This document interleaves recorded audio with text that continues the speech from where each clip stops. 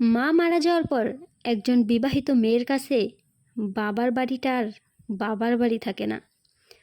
তখন ওইটা হয়ে যায় ভাইয়ের বউয়ের বাড়ি। যে বাড়িতে এক সময় মা বলে ডাকলেই শান্তি মিলত, সে বাড়িটাই তখন শুধু একটা স্মৃতির ঠিকানা হয়ে থাকে।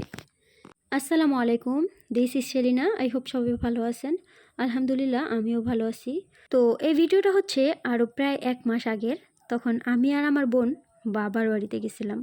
সরি, বাবার বাড়ি না, ভাইয়ের বউয়ের বাড়ি। তো যাই হোক, গতকালকে বিকালে আসছি বোন আমি একসাথে। আজকে সকালে বোন চলে যাচ্ছে। কেউ একটা বার মুখ দিয়ে বলে না যে এতদিন পর আসছস, 2 দিন থেকে যা। ওই যে, এটা তো আর বাবার বাড়ি নেই, এটা হয়ে গেছে ভাইয়ের বউয়ের বাড়ি। তো যাই হোক, বোন যেদিন আসছে তার পরের দিন সকালেই চলে গেল। আর আমি যেহেতু একটু দূর থেকে এসেছি, তাই ভাবছি আমি 2 দিন থেকে তারপর যাব। তো যাই হোক, আমাদের বাড়ি থেকে যেহেতু বাজার বেশি দূরে না, এখানে অনেক গাছগাছালি বিক্রি করে বাজারে।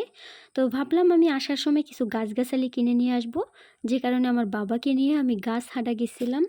বিশেষ করে লটকন সহকারে লটকন গাছ কেনার জন্য। বাট আমি লটকন সহকারে কোনো ধরনের গাছ পাইনি, যে কারণে কোনো ধরনের গাছ কেনা হয়নি।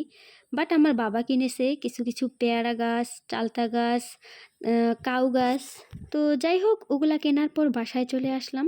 তারপর বাসায় এসে আমি আমার ঘর দুয়ার সুন্দর করে গুছিয়ে নিলাম। আমার যতটুকুই আছে, যেমন আছে, এটাতেই আমার শান্তি, আলহামদুলিল্লাহ। বাবার বাড়িতে দালান থাকলেও ওটাতে কেমন যেন শান্তি লাগে না। ওইখানে গেলে কেমন জানি খুব পরপর মনে হয়।